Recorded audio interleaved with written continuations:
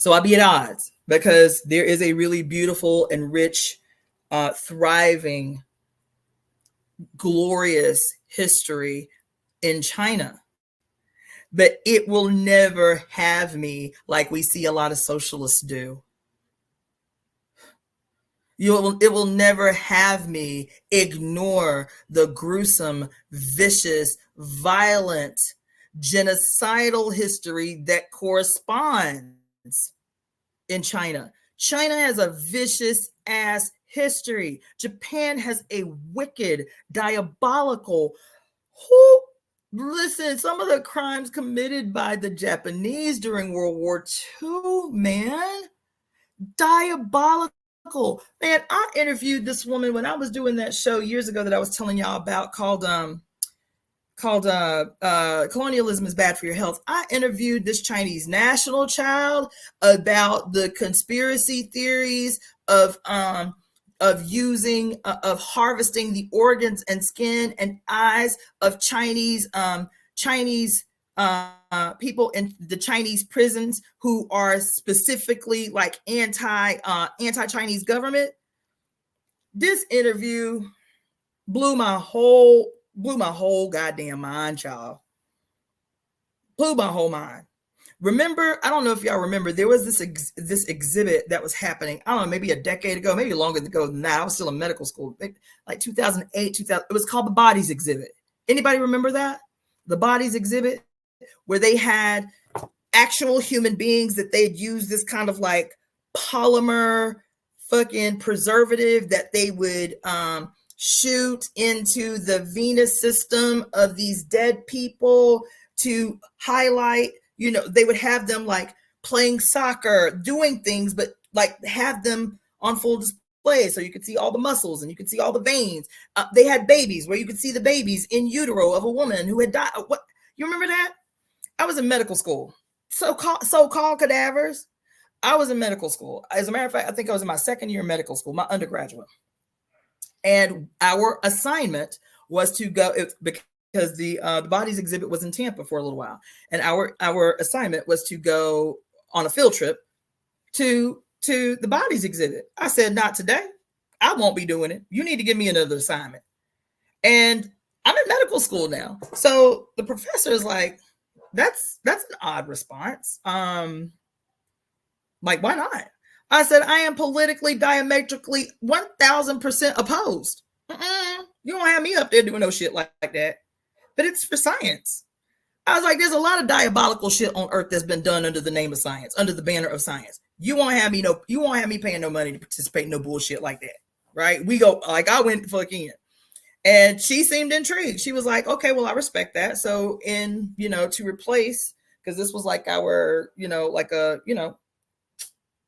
like you have to do, like a big term thing. This was going to be the term thing. She said, well, since you're not going to do this, do a term paper on why you are opposed to the Bodies Exhibit. I sure did. That's how I ended up interviewing the woman on my radio station, on my radio show, Colonialism is Bad for Your Health. I'm doing research for my research paper on why I refuse to go to the Bodies Exhibit. And one of the names that came up, I can't remember the woman's name, but was the lone voice, because it was so popular, the Bodies Exhibit, was the lone voice at that time speaking out against the Bodies Exhibit. Because what the line was that these were people who were who had like on what you call it, like when you go to get your driver's license and they ask you do you want to be an organ donor, and they put that on your driver's license. You feel me? She said these people had, quote, donated their bodies to science, and so these were all people who donated themselves, right? Or Jane and John Does that these hospitals couldn't make contact with families and shit, and so they become these. Just the idea of putting somebody's body on display, flayed the fuck open, playing soccer, playing basketball, supposedly, so you can see the kinetic, the what is it called, the kinesiology, the kinesiology. like how the body moves, how the muscles look when they're in flexion, and when they're in, like this, the whole shit blew my mind even before I talked to the damn Chinese national about where the bodies actually came from.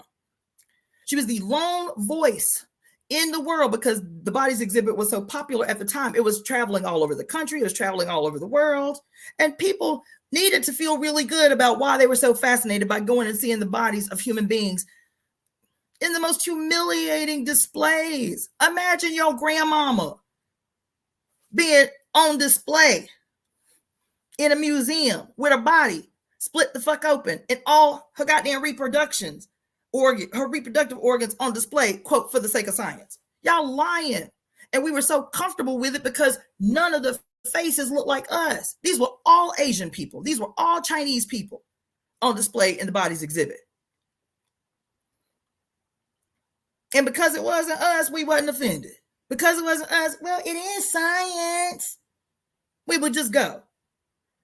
That shit was so fucking outlandish and disgraceful. And the fact that nobody ever even, it didn't take me long. It didn't take me long to find the opposition to the bodies exhibit. So nobody in all the hundreds of millions of people that went and watched that shit, that paid money to go see that shit, not one person said, you know what, let me Google real quick and see if there's some bullshit. Let me Google real quick and see if there's any controversy around this shit. It took me 5 minutes to find this woman and her whole presentation she'd been making all over the place, trying to get the bodies exhibit banned.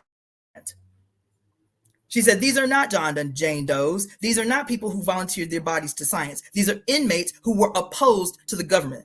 These were people who were imprisoned, whose organs, a lot of them, their organs were harvested to sell on the black. She went to fucking, yeah, she did. Why did I get on that? Oh, because of this history in China. This history in China. I get it, Samara. Yeah, Chinese people wouldn't be bothered to see black bodies on display either. That's not the point. That's not the point at all. For me, seeing black, brown, and red people in this country pile into these museums to see these people's bodies on display, and it never occurred to them one fucking moment. If this was one of my people now, if this was a brown person, if this was a native person, if this was some family member, would I be okay with this? And if the answer is no, move the fuck on. That's the point. It's not about, because I'm sitting here telling you that the Chinese people are fucked up just like everybody else is fucked up. Chinese rulers in particular, Chinese people, everybody got their shit. Even if we got our shit. At what point, in what juncture do we live with some modicum of integrity? The fact that people were completely dissociated from how fucked up that exhibit was because they could not relate to the faces of the bodies that had been used, that was what was problematic for me. That was what was problematic for me. White people would have burnt that bitch to the motherfucking ground if it had been nothing but blonde hair, blue-eyed people. To me, it wasn't no different than what was happening in the antebellum South or in Nazi Germany when these motherfuckers was using our skin for lampshades and using our hair for fucking pillowcases and shit. It wasn't no different for me. And so I wrote the goddamn term paper and she was like, this shit is the most crazy thing I've ever heard. It's not about how people view us. I know how people view me. I live in this bitch. I know how people view me. Black, fat, nappy hair, tattoos, counterculture, whatever. Loud, boisterous. That will never have me betray my own goddamn integrity when I see the suffering of others. And even before I even knew what this woman had to say about this exhibit, intuitively, my spirit was like, something is suspect. This is not right. And I'm a scientist. I've taken cadaver classes. I've been in medical school. I've taken cadaver classes. But honey, that was different. And my spirit knew it right away. And I'll tell you, I say my spirit knew it right away. I was an atheist at the time. So it wasn't even like I was on some spiritual shit at the time. I was an atheist. But something in me was like, no, that ain't for you. Google this shit. Somebody done said something about it, contrary to the popular narrative. Somebody done said something contrary to this popular narrative, Google the shit, find out for yourself. If you wrong, cool, concede. But lo and behold, I wasn't wrong. Where the bodies exhibit at now? When the last time you heard about it? Where's that? Why it ain't a continuing show? Just like, what is it? What's the guy name? The Picasso, like Picasso. You can always go and see Picasso or the works of Frida Kahlo or whatever. They tour all the time, year round, forever and ever and ever and ever and ever. Why? This was a massive success. Where's that? Why don't tour no more? Why you ain't heard about it in the last 10 years? Where is that? Where the bodies exhibit at? Somebody Google it. Is it still functional? I ain't heard nothing about it since I left medical school. And I graduated medical school 10 years ago. Oh, it's in LA? Let's go see.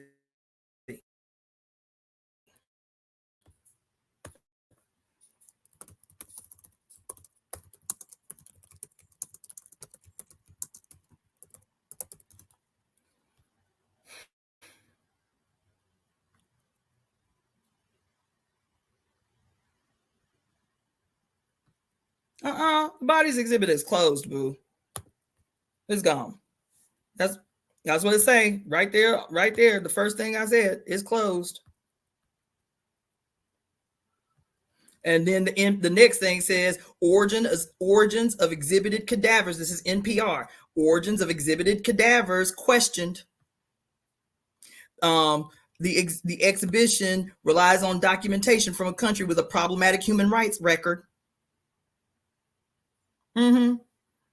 Yep. Controversy about the origins of the corpses, on and on and on and on and on. All I asked was what happened to the bodies exhibit. And everything that come up is about the controversy around the origins of the cadavers. But that's what it means for me to pay attention to my intuition. I was an atheist, a full-on hardcore radical atheist. And no, you didn't miss the poem. Hardcore atheist. And even then, honey, my spirit was like, not you, motherfucker. Not anybody. Let everybody else go. I was the only one that didn't go. But not you. Not you.